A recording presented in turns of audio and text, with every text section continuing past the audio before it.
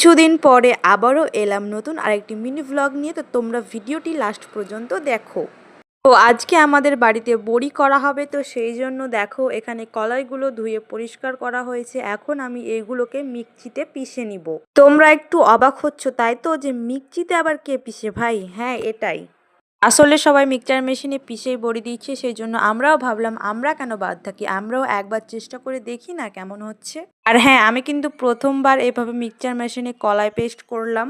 আগেকার দিনে তো কত কষ্ট করে যাতায়াতে পিষে আটা করা হতো, আর এখন দেখো এখন তো সবকিছুই সহজ হয়ে গেছে। যাই হোক, সেসব কথা নাহি বাদই দাও। এইদিকে দেখো কথা বলতে বলতে কিন্তু সবগুলোই আমি পেস্ট করে নিয়েছি। এটা হচ্ছে লাস্ট বার, তো এটাকেও পেস্ট করে নিব।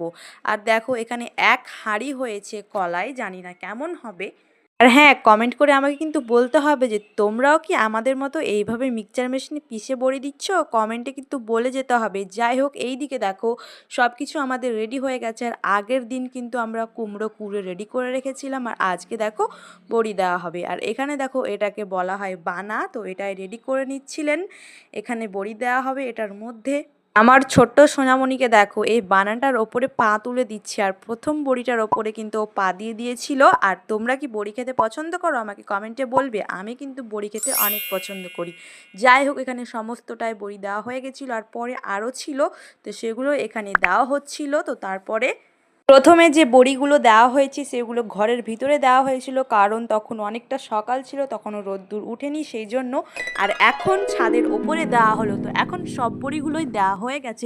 আর হ্যাঁ, আর একটা জিনিস তোমাদেরকে কমেন্টে বলে যেতে হবে যে এখানে টোটাল কত পিস বড়ি আছে, তোমরা কমেন্টে গেস করে যাও। নেক্সট ভিডিও যে তোমাদের নামটি নিব। আর এখানে কিন্তু বড়ির ওপরে লঙ্কা দেওয়া হয়েছিল, কারণ যাতে পাখি না বসে সেই জন্য। আজকের ভিডিওটি তোমাদের কাছে কেমন লাগলো তোমরা অবশ্যই কমেন্ট করে বলে যাবে। Bye, tata.